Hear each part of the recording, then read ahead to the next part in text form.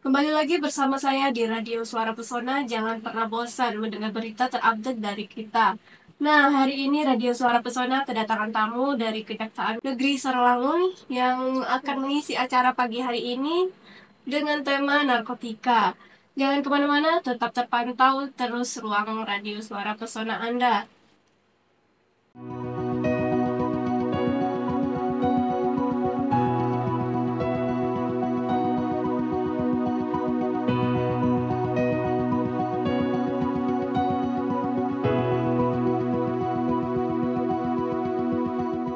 Oke, kembali lagi dengan Radio Suara Pesona 97,4 FM.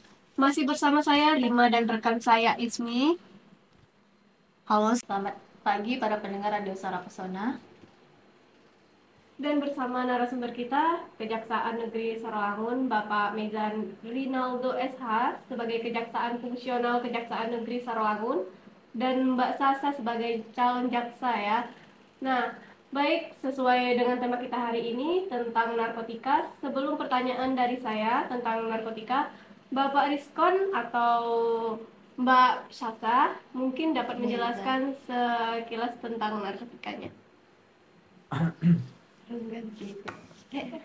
Baik, narkotika ya. Narkotika ini sebenarnya sering kita temukan dalam sehari-hari, entah itu sebagai obat atau zat terlarang ya. Tapi yang sering kita pahami di kehidupan sehari-hari, narkotika ini adalah suatu perbuatan pidana ya.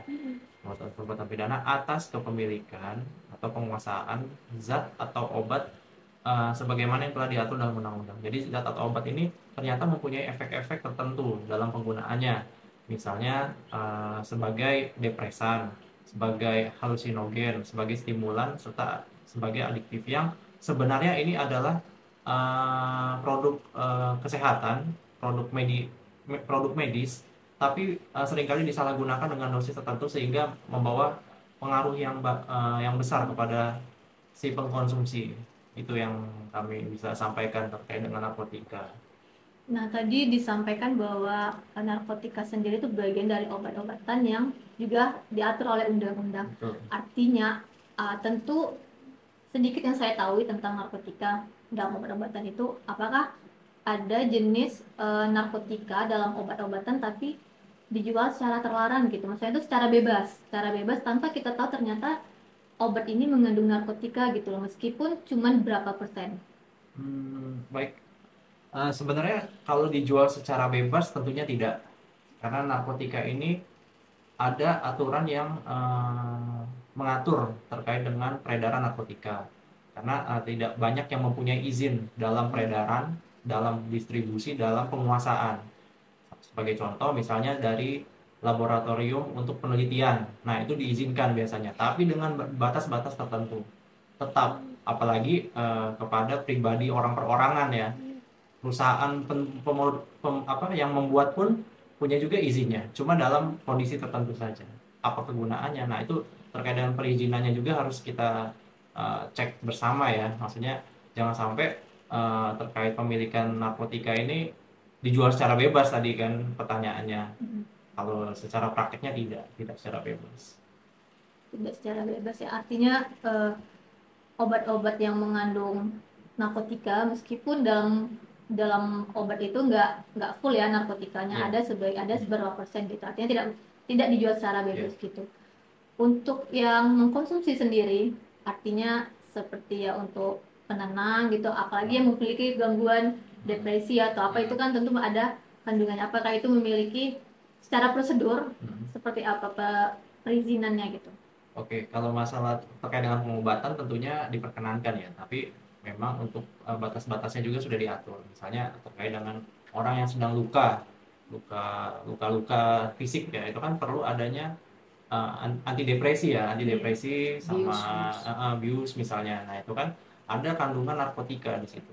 Cuman memang harus diberikan dosis yang tepat. Dosis yang tepat itu berdasarkan apa? Mungkin ada di Permenkes terkait dengan penggunaan obat ini kadarnya sekian, obat ini kadar sekian. Nah, ini kan tidak banyak orang yang bisa paham masalah ini kecuali profesional. Nah, profesional ini dibuktikan dari apa? Dari perizinannya. Misalnya suatu rumah sakit, suatu dokter punya izin praktek, punya izin usaha dalam pelayanan kesehatan. Nah, itu mereka ada izinnya semua, seperti itu. Nah, untuk Kejaksaan Negeri sendiri dalam narkotika tersebut, bagaimana peran kejaksaan dalam penegakan hukum terkait kasus narkotika? Oke, kalau dalam penegakan hukum tentunya kita sama ya dengan tindak pidana lainnya. Narkotika juga sudah diatur sedemikian rupa. Ada undang-undangnya tersendiri, Undang-Undang Narkotika Nomor 35 Tahun 2009. Nah, memang di situ secara penegakan hukumnya tidak jauh beda, tidak jauh beda. Cuman yang menjadi pembeda sedikit ya dengan tindak pidana lain narkotika ini karena salah satu program pemerintah ya dalam pemberantasan narkotika yang efeknya ini sangat besar ke generasi muda ya. Jadi program pemerintah itu untuk memberantas narkotika. Jadi narkotika ini digolongkan menjadi kejahatan yang luar biasa ternyata. Kejahatan luar biasa itu salah satunya dampak yang masif, dilakukan secara terorganisir, melibatkan banyak pihak. Nah, ini kejahatan luar biasa. Makanya narkotika ini sedang gencar-gencarnya untuk diperangi. Nah, peran kejaksaan sebenarnya sesuai mengikuti kaidah hukum ya, mengikuti kaidah hukum tidak jauh berbeda, namun mungkin secara administratif itu beda. Kami bisa menetapkan penyitaan selain pengadilan negeri ya, kami bisa menetapkan penyitaan di situ. Terus juga bisa pokoknya dalam proses penuntutannya juga hampir 95% sama lah dengan tindak pidana lain. Ini penyitaan barang bukti ya? Penyitaan barang bukti. Berarti barang bukti itu bukan di kepolisian, bukan? Di kepolisian tetap disita, tapi pengesahannya di kita. Kita menerbitkan surat ketetapan penyitaan. Kalau di perkara pidana lain, polisi ke pengadilan minta penetapan sitanya. Tapi kalau khusus perkara narkotika, kita bisa. Berarti dari kejaksaan baru ke kepolisian? Dari kepolisian ya, menyita ya, dengan surat perintah penyitaan, dilengkapi dengan berita acara penyitaan. Nah, nanti kepolisian memberitahu kepada kejaksaan, Pak, saya menyita narkotika. Kita lihat juga nih narkotikanya apa nih. Nah, kita tuangkan juga ketetapan kita untuk penyitaan tersebut sah, seperti itu. Gitu. Jadi kurang lebih seperti itu. Kalau untuk narkotika sendiri, apakah ada jenis-jenis narkotika? Kalau narkotika banyak menurut saya, Mbak. Kalau narkotika tuh bukan ada di cuman kalau kita tahu kan dari ganja, dari kayak opium, itu yang masih bentuk tumbuhan kan, sama yang obat-obatan yang kayak ekstasi atau kayak pil PCC namanya tuh. Iya. Cuman kan Mbak, kalau menurut saya zat adiktif itu bisa didapatkan dari itu lem, aseton untuk ngapus cat kuku, itu kan bisa didapatkan dengan mudah kan. Iya. Jadi tergantung kembali ke Fungsinya masing-masing. Kalau disalahgunakan, iya. Kan kalau lem kan untuk ngelem kertas. Iya. Kalau aseton untuk kuku ya. Berarti lem itu salah satu bentuk jenis narkoba. Kan kalau kita lihat anak-anak pada yang suka ngelem gitu, kan itu apa salah satu jenis narkoba? Bukan. Jadi kalau kita pengen tahu nih, ini narkoba atau bukan, kita lihat nih undang-undangnya, kita lihat Permenkesnya, karena di situ ada penggolongan narkotika. Jadi kita harus mencocokkan secara satu persatu. Misalnya ada namanya itu metamfetamin misalnya, metamfetamin atau amfetamin. Nah, ini kan bahasa kimia ya, bahasa lab lah. Nah, kita harus mencocokkan. Ternyata di Permenkes ada urutan sekian, dia nomor sekian, urutan sekian, dia termasuk golongan berapa. Nah, ini kita baru bisa menentukan narkotika itu ini. Nah, tapi kan tadi dibilang lem berarti narkotika. Kalau lem itu ada tulisannya di Permenkes itu berarti narkotika.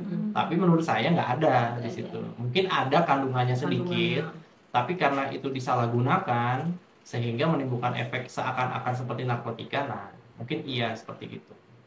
Berarti dalam hal ini kejaksaan untuk mengidentifikasikan jenis narkoba itu sendiri, secara internal dari kejaksaan sendiri punya tim atau bekerjasama dengan pihak kesehatan? Kalau kami sebenarnya mengacu kepada peraturan ya, karena peraturan ini kan sudah terbit, sudah ada sebagai panduan kami di undang-undang, mau itu di Permenkes, itu ada semua. Jadi kita nggak kerjasama, tapi kita mengikuti itu mengikuti aturan yang sudah ada tersebut. Jadi dalam menentukan narkotika ini golongan 1 atau golongan 2 atau golongan 3. Terus dia maksudnya tanaman atau bukan tanaman, alami atau sintetis, seperti itu. Nah, itu sudah ada semua. Jadi kita tinggal ketika ada laporan, misalnya ada laporan kepolisian, ada surat perintah pemberitahuan penyidikan sudah dimulai gitu kan, ada berkas perkara, kita cocokkan apa yang disita ini. Oh, ternyata namanya itu zat X misalnya, zat X. Nah, kita cocokkan dalam peraturan itu. Oh, ternyata ada, dia masuk ke golongan 1 contohnya. Golongan 1 bukan tanaman, ya kan? Bukan tanaman, terus sifatnya sintetis. Ada ternyata. Nah, kita tinggal mencocokkan juga kepada undang-undang. Kalau golongan 1 bukan tanaman sintetis, ini masuk ke pasal berapa? Nah, kayak gitu. Kurang lebih ya dalam melakukan tugas di kejaksaan. Nah, terus apa saja nih tantangan utama yang dihadapi oleh kejaksaan dalam menangani kasus-kasus narkotika, terutama di wilayah Kabupaten Sarolangun?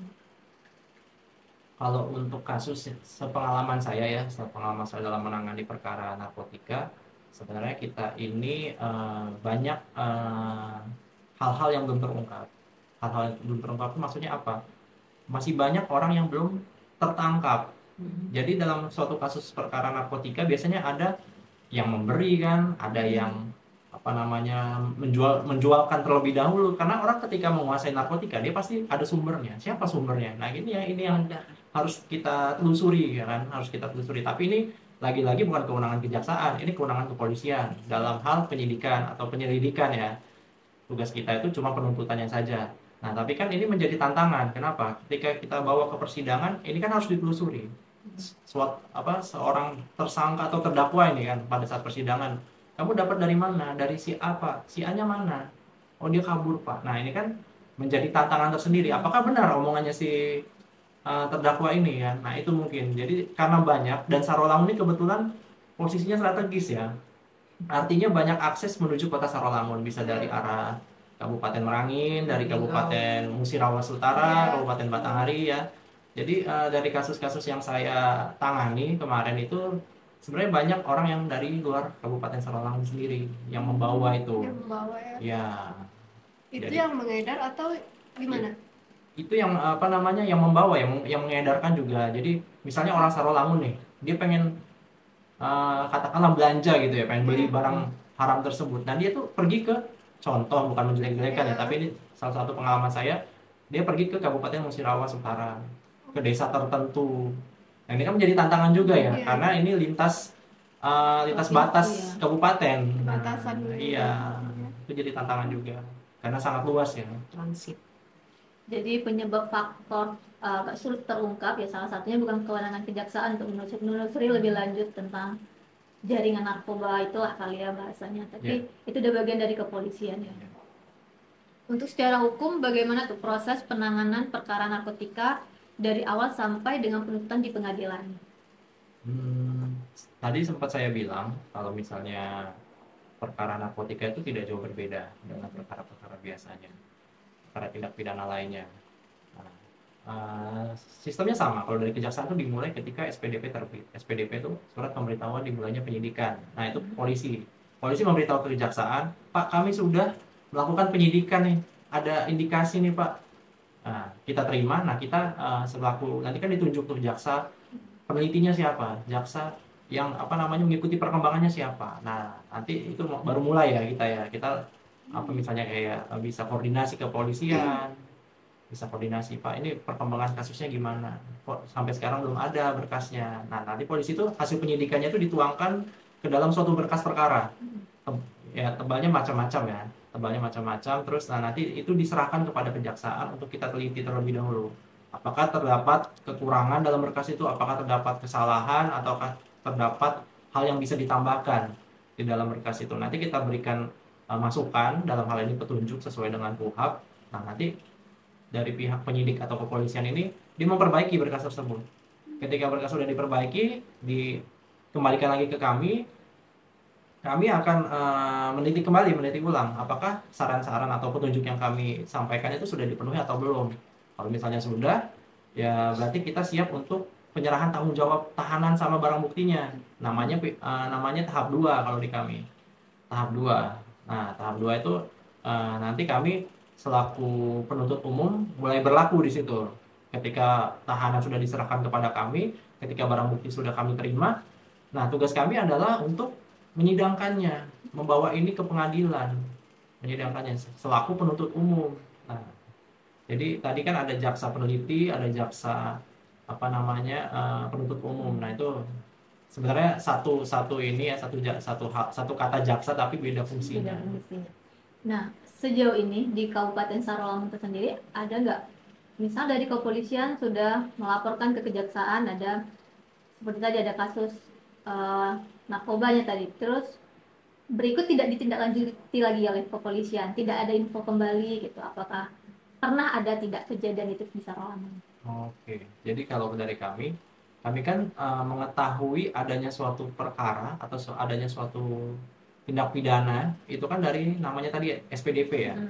SPDP yang isinya apa namanya memberitahu kepada kami kalau sudah dimulai nih penyidikan. Nah itu kan kami register, pasti kami register, kami simpan, kami arsipkan, kami catat. Nah kalau database kami di seksi tindak pidana umum ini, di situ tidak ada kebetulan yang sudah dilaporkan SPDP-nya tapi tiba-tiba menghilang atau dilepaskan begitu saja. Setiap yang SPDP itu diproses semua. Kalau untuk perkara narkotika ya. Seperti itu. Untuk strategi sendiri, apakah kejaksaan memiliki strategi dalam pencegahan dan penyalahgunaan narkotika di masyarakat? Kalau untuk strategi pencegahan ya di masyarakat, sebenarnya ini salah satu juga ya yang kita lakukan sekarang ini adalah salah satu strateginya kebetulan. Jaksa Menyapa ini kami menyampaikan masalah pentingnya narkotika nih, apa namanya pentingnya kita memerangi narkotika nih. Nah di sini salah satu strateginya. Terus juga kalau misalnya ada program kami yang lain, jaksa masuk sekolah misalnya. Terus juga ada juga penyuluhan hukum mungkin nanti yang setiap tahunnya itu berbeda-beda temanya ya. Atau mungkin juga kita diberikan kesempatan sebagai pemateri.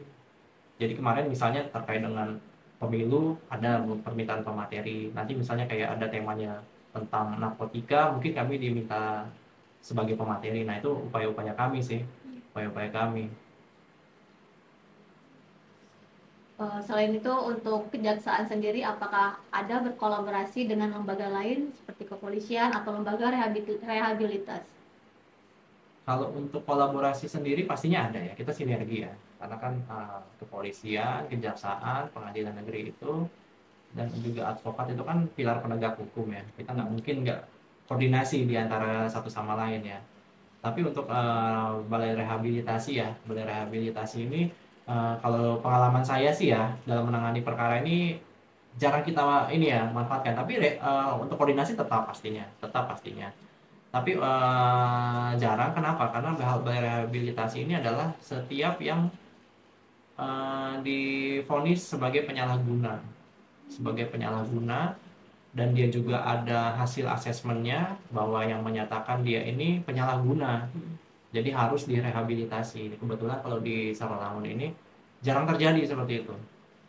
Ketika ada perkara narkoba, vonisnya mungkin terkait penguasaan barangnya atau jual belinya seperti itu.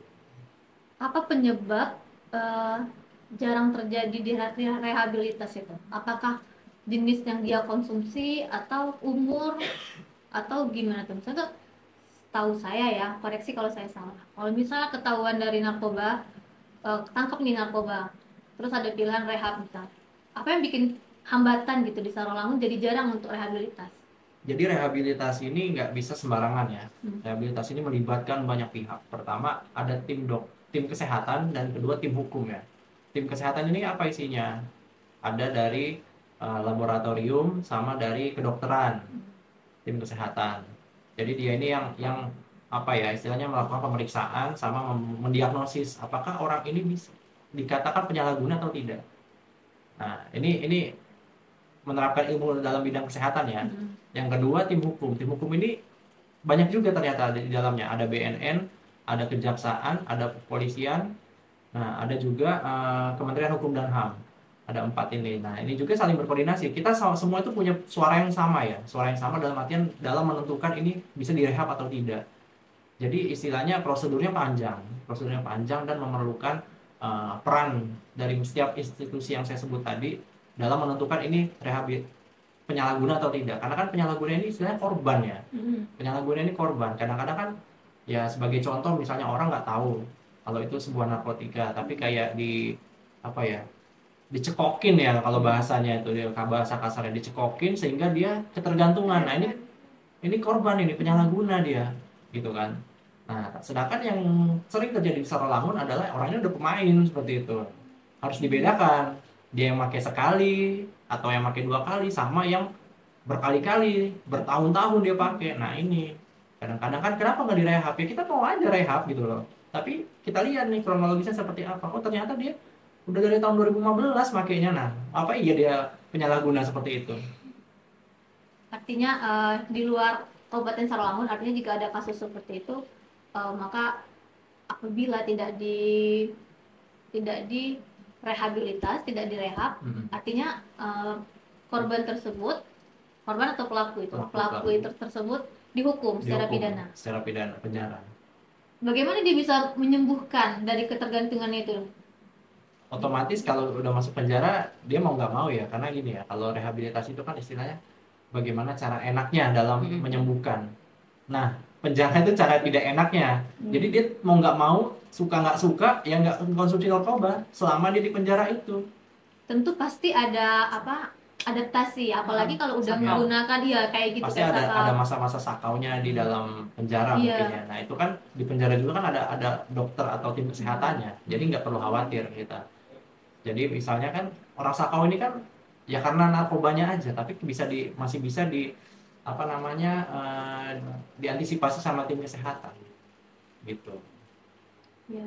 Artinya kalau misalnya udah divonis, udah disepakati nih, ini udah nggak bisa direhab karena salah satunya karena dia ada pemain yang mungkin udah berulang kali ketangkap, pakai lagi, itu apa benar? Kalau seandainya nih terakhir pelaku mau rehab gitu, itu benar-benar nggak bisa ya, artinya tetap harus dipidana terlebih dahulu atau setelah pidana baru rehab, jalani pidananya dahulu baru rehab, atau kalau udah sepakat dengan keputusan untuk tidak direhab ya cuma pidana saja gitu. Kalau dari kami juga kan ada jaksa eksekutor ya, kami mengikuti vonis pengadilan sebenarnya. Vonis pengadilan tuh isinya apa? Misalnya menghukum terdakwa dengan pidana penjara. Nah apabila ada perintah di situ dan rehabilitasi medis di tempat apa gitu misalnya, nah kita nerapin itu. Cuma biasanya sepengalaman saya terutama di Kabupaten Sarawangun ini tidak sih, jadi cukup pidana penjara saja. Ya. Oke, ini tadi seru loh. Ada istilah-istilah kayak tadi jaksa eksekutor, jaksa penuntut umum, terus jaksa peneliti, terus jaksa apa lagi Pak? Yang mungkin kita nggak tahu nih. Jaksa pengacara negara. JPN. Iya banyak. Ini kan ilmu baru buat kita yang nggak tahu tentang hukum pasti. Oke, kembali lagi dengan Radio Suara Pesona 97,4 FM. Masih setia bersama Suara Pesona. Oke, kita lanjutin nih pembahasan kali ini tentang narkotika pada remaja. Masalah penggunaan narkotika di kalangan remaja ini menjadi perhatian serius karena dapat mengancam kesehatan fisik dan mental mereka serta stabilitas sosial dan keluarga. Nah, remaja kan sering terpengaruh oleh lingkungan dan tekanan sosial untuk mencoba narkotika tanpa menyadari risiko dan konsekuensi jangka panjang. Dalam hal ini, bagaimana kejaksaan melakukan pendekatan dalam menangani kasus narkotika yang melibatkan anak-anak atau remaja? Kalau penanganan remaja ya kita mengacu kepada undang-undang ini ya, sistem peradilan pidana anak yang pertama. Kemudian mengacu kepada data yang ada di lapangan terkait dengan pidana anak yang menyangkut narkotika ini ternyata jarang terjadi. Karena di tahun ini baru ada satu itu anak yang kalau nggak salah di Kecamatan Pau kemarin. Itu kebetulan jaksanya saya. Terus terakhir kejadian lagi kalau nggak salah 2 tahun yang lalu, 2022 atau 21 akhir mungkin ya. Nah jadi kalau misalnya data yang kita terima dari SPDP yang saya sempat sampaikan di sesi pertama tadi, itu perkara anak tuh jarang. Tapi mungkin ini yang baru terungkap ya, mungkin ada yang lain-lainnya. Peran kejaksaan ya apa? Ya balik lagi ke tadi, kita menerapkan undang-undang yang apa, ketentuan yang sama sebenarnya dengan sistem penuntutan yang di pidana lain, tapi kita sesuaikan ya karena dia anak mungkin penahanannya sebentar, terus kayak pemeriksaannya juga berbeda, terus perlakuan kita kepada anak juga beda. Jadi anak itu kalau dalam perkara anak tuh dia harus lebih cepat gitu, harus lebih cepat karena menyangkut dengan kondisi psikologis atau kondisi emosional yang belum matang seperti itu. Nah, artinya tadi itu kasus yang ada di Sarolangun di Kecamatan Paung. Bagaimana akhirnya ketahuan kalau anak tersebut mengkonsumsi narkoba? Setelah dilakukan tes urin positif. Pada kemarin kronologisnya bukan ini ya, apa dia itu sebenarnya antar jemput paket, antar jemput paket. Jadi dia ini disuruh sama salah satu orang dewasa yang sampai saat ini masih buron, masih DPO. Nah, dia ini disuruh untuk ambil paket, tapi ternyata si anak ini sudah sering dalam melakukan hal tersebut dan dia tahu isi paket itu apa. Upah dia dalam mengangkut paket itu adalah nanti diberikan sebagian untuk dikonsumsi. Nah, ternyata anak ini juga selain dia jual beli, dia juga pemakai gitu kan. Terbuktinya dari urinnya yang positif ketika dilakukan penangkapan sama kepolisian. Kalau boleh tahu nih untuk anak tersebut usianya berapa? Kemarin itu anak masih umur 16 tahun. Ini kan Kak, Pak umur 16 tahun nih, udah terjerat dengan narkotika. Nah, dan juga dia ibaratkan jadi kurir ya. Nah, itu kalau misalkan dia udah dikasih kehukuman setelah ini, saat ini kan dia menjalankan hukuman. Nah, setelah menjalankan hukuman, setelah dia bebas, dia melakukan lagi. Apakah itu nggak ada efek jerah pertama? Dan tindakan selanjutnya gimana? Kalau ngomongin efek jerah sebenarnya balik lagi ke pribadi masing-masing ya. Kita nggak bisa apa, kita cuman si pembuat undang-undang ini cuma menentukan oh dengan hukuman kira-kira segini sampai segini misalnya ini bakal memberikan efek jerah. Nah, ini balik lagi ke pribadi. Kalau memang orang itu tidak bisa menguasai diri dia atau pada saat dia menjalani hukuman tidak ada rasa bersalah, tidak ada, karena di lapas itu kadang-kadang malah berburu gitu satu sama lain kan. Dari yang cuman jago menguasai itu jadi jago jual beli nanti ke depannya enggak. Tapi mudah-mudahan bisa taubat ya. Kita balik lagi gitu kan, kesadaran diri masing-masing ya. Nah, terus apabila ketangkap lagi, nah ini tentu menjadi catatan kepada kami apabila kami menangani perkara residif ya. Residif itu orang yang pernah melakukan tindak pidana. Residif itu hukumannya akan lebih beratkan. Karena dia ada di ketentuan hal-hal yang memberatkan, nanti kita masukkan itu karena bahwa terdakwa pernah dihukum. Artinya apa? Dia pernah pernah melakukan kesalahan, menjalani hukuman dan tidak ada perubahan sampai sekarang. Berarti hukumannya harus ditambah dong. Kemarin aja nggak tobat gitu, kita hukum sekian. Berarti ditambah lagi ya? Ditambah lagi, lebih berat biasanya seperti itu. Nah, untuk yang kasus anak ini sendiri, apakah ada pendamping secara psikologis dari pihak luar kejaksaan? Kalau secara psikologis tentunya ada ya, anak ya. Anak ini kan kita berbicara tentang anak pelaku ya, anak yang selaku ini terdakwa lah ya, anak-anak yang melakukan gitu.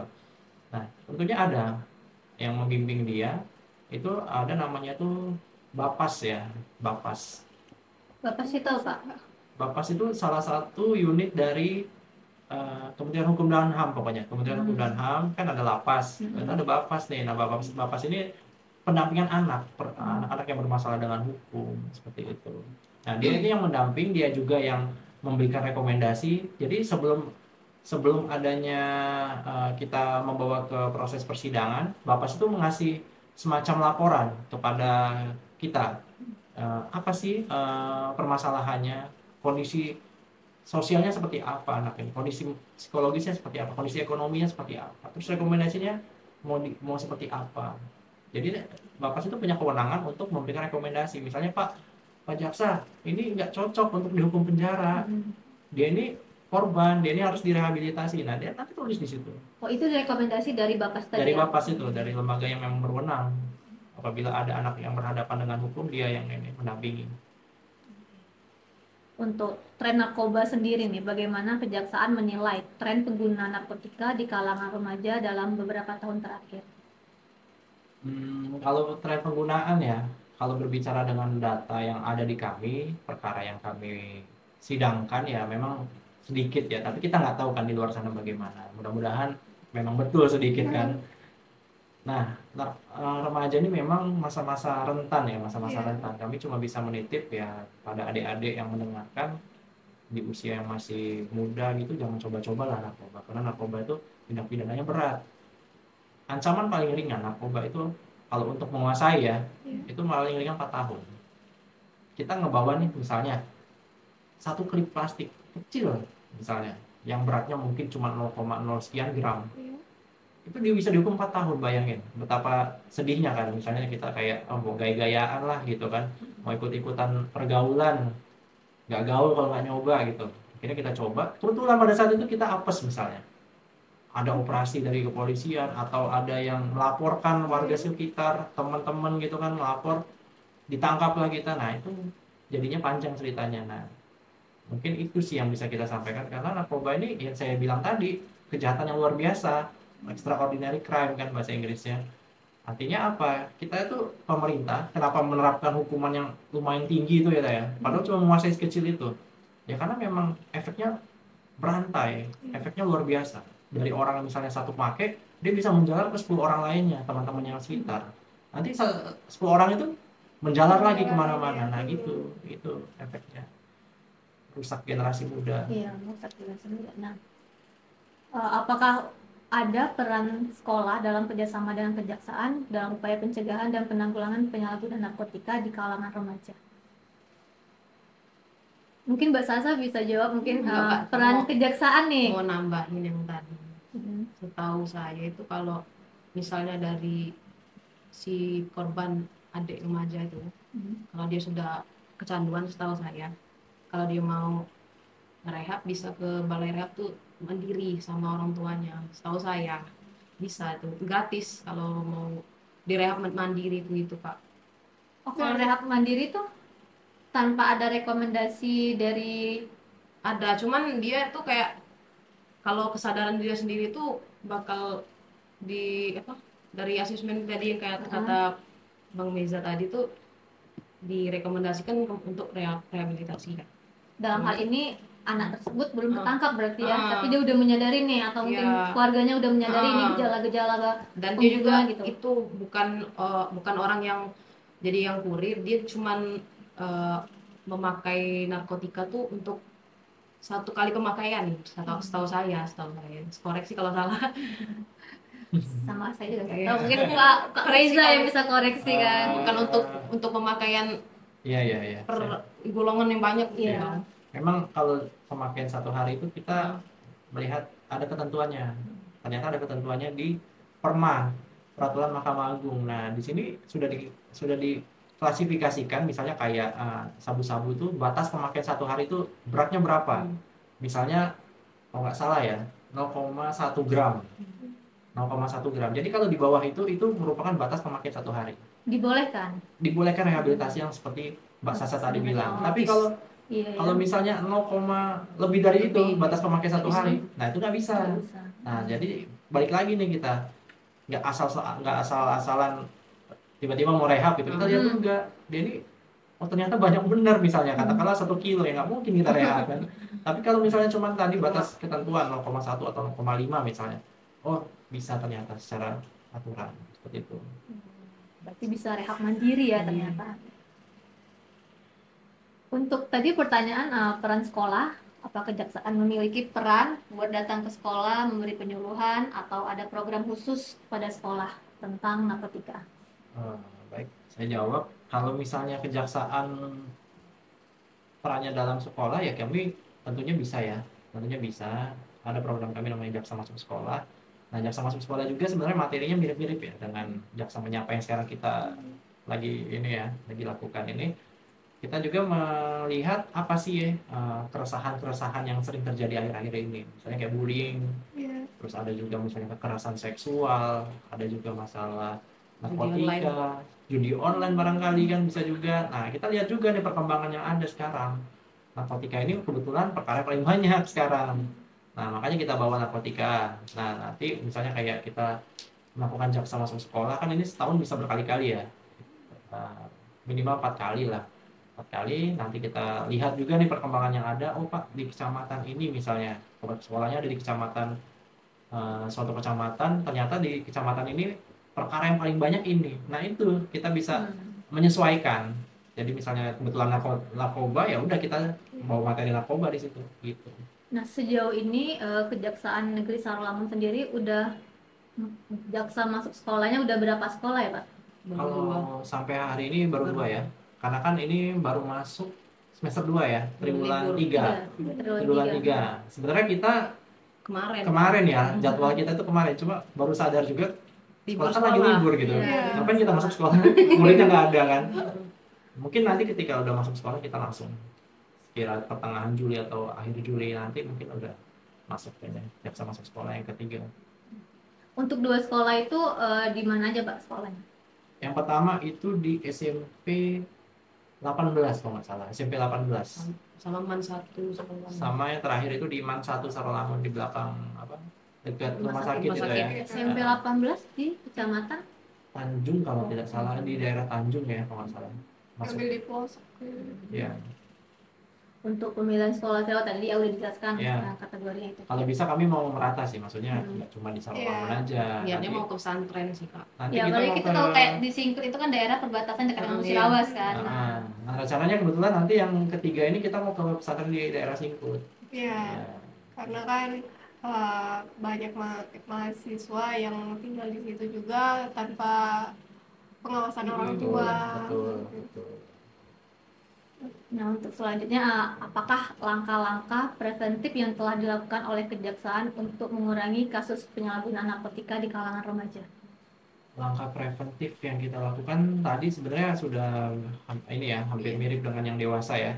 Kita melakukan sosialisasi, kita melakukan penyuluhan hukum, penerangan hukum. Jadi misalnya kalau ada kegiatan kami yang ada di lapangan seperti jaksa masuk sekolah, jaksa menyapa, gitu kan, penyuluhan hukum barangkali gitu. Nah itu salah satu upaya kami dalam memerangi narkotika di kalangan remaja ya, terutama jaksa masuk sekolah sih, karena kan sekolah udah pasti remaja kan ininya kan, murid-muridnya gitu, kecuali sekolah SD mungkin masih anak-anak gitu, tapi kalau SMP, SMA yang kami kunjungi kemarin itu kebetulan kan masih remaja, itu salah satu upaya kami. Terus kami juga misalnya gencar misalnya aktif di media sosial gitu kan, aktif di media sosial dalam ya sedikit banyak mengedukasi lah ya, terus kami juga buka posko laporan misalnya di pelayanan terpadu satu pintu di kejaksaan kan, misalnya bisa aja ketika ada orang mengadu, Pak ada ini Pak perkara narkotika gitu kan, bisa aja Pak kami gimana minta pendapat segala macam gitu kan. Nah itu silakan aja, itu mungkin peran kami sampai segitu ya. Oh, untuk tadi di adanya pos pengaduan ya? Bukan pos pengaduan ya, lebih tepatnya pelayanan terpadu satu pintu. Jadi kita tuh ya selama ada orang yang datang, selama ada tamu yang datang, kita harus melayani. Nanti kita arahkan kan, misalnya orang ini mau melapor, Pak ada perkara narkotika di dekat rumah saya. Nah nanti kami arahkan kan ke polisian, kami koordinasi. Pak polisi, ini ada laporan dari masyarakat, nanti kami arahkan ya ke sana gitu kan. Tapi ini sudah kami catat Pak alamatnya gitu. Kalau mau gerak sekarang silahkan gitu. Pelaporan itu sendiri langsung ke kejaksaan berarti ya? Bisa. Nggak menutup kemungkinan ya, tapi lebih pasnya ke polisian sih sebenarnya. Ada maksudnya itu dari kejaksaan sendiri ada ini kanal khusus misalnya atau kontak khusus, tempat pengaduan melalui WhatsApp atau website dari Kejaksaan Negeri, sosial media Kejaksaan Negeri gitu. Ada. Kalau dari kantor ya di kantor kami langsung gitu kan, di pelayanan terpadu satu pintu. Kalau misalnya di medsos itu ada di kejaksaan itu kan ada nomornya, itu ada alamat domain kantornya juga, misalnya kayak www.kejari.sarawangun. Nah itu kan ada pelaporan kayak anti gratifikasi segala macam lah gitu, whistleblowing segala macam ada di situ kalau nggak salah ya. Nanti diakses aja di situ. Mungkin kalau nggak bisa akses website Mbak, bisa di Instagram bisa juga. Jari Sarawangun.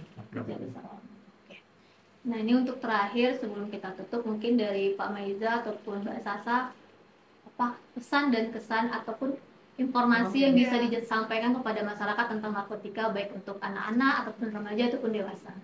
Baik, kalau dari saya sendiri selaku jaksa di Kejari Sarolangun, saya ya bagi para pendengar baik masih anak-anak, remaja, dewasa, ya kita mari memerangi bersama narkotika karena tidak ada gunanya narkotika ini. Ini hanya menjadi sumber masalah di kemudian hari. Kenapa? Karena ternyata orang-orang yang menggunakan narkotika atau berkecimpung di dunia narkotika ini ternyata orang-orang jahat. Maksudnya gini ya, ketika orang tidak ada uang membeli narkotika, ini ya pengguna narkotika ya, ketika tidak ada uang dia melakukan tindak pidana lain seperti mencuri, seperti menganiaya, seperti menipu.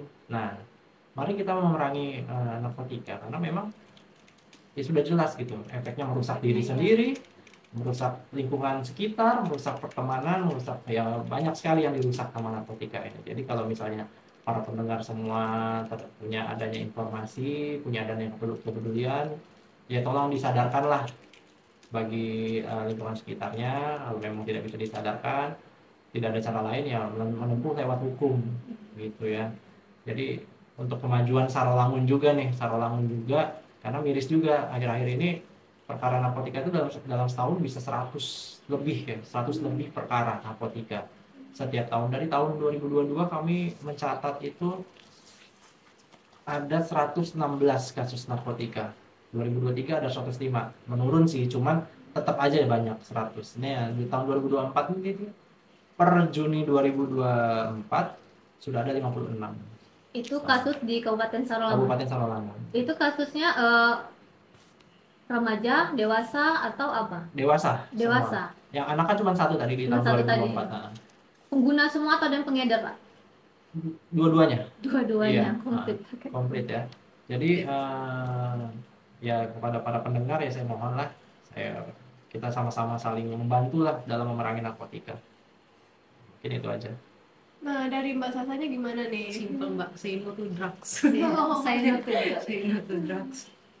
Oke, terima kasih buat Bapak Meza Rinaldo SH dan Mbak Sasa ya udah memberi informasi seputar narkotika. Semoga bermanfaat ya untuk para pendengar di kalangan masyarakat Kabupaten Sarolangun ataupun di luar kota. Nah, oke, demikianlah sejumlah berita dan informasi yang terhangat dapat kami sampaikan ke ruang dengar Anda. Semoga bermanfaat bagi Anda para pendengar. Jangan kemana-mana, tetap di Radio Suara Pesona.